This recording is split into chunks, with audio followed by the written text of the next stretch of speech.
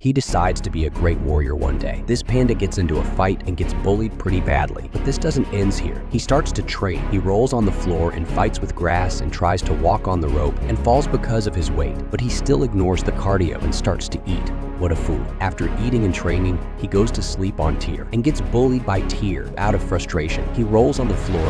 After all that hard training, he realizes revenge is not the only option because he can't take, so that's how he ends up showing his hidden talent.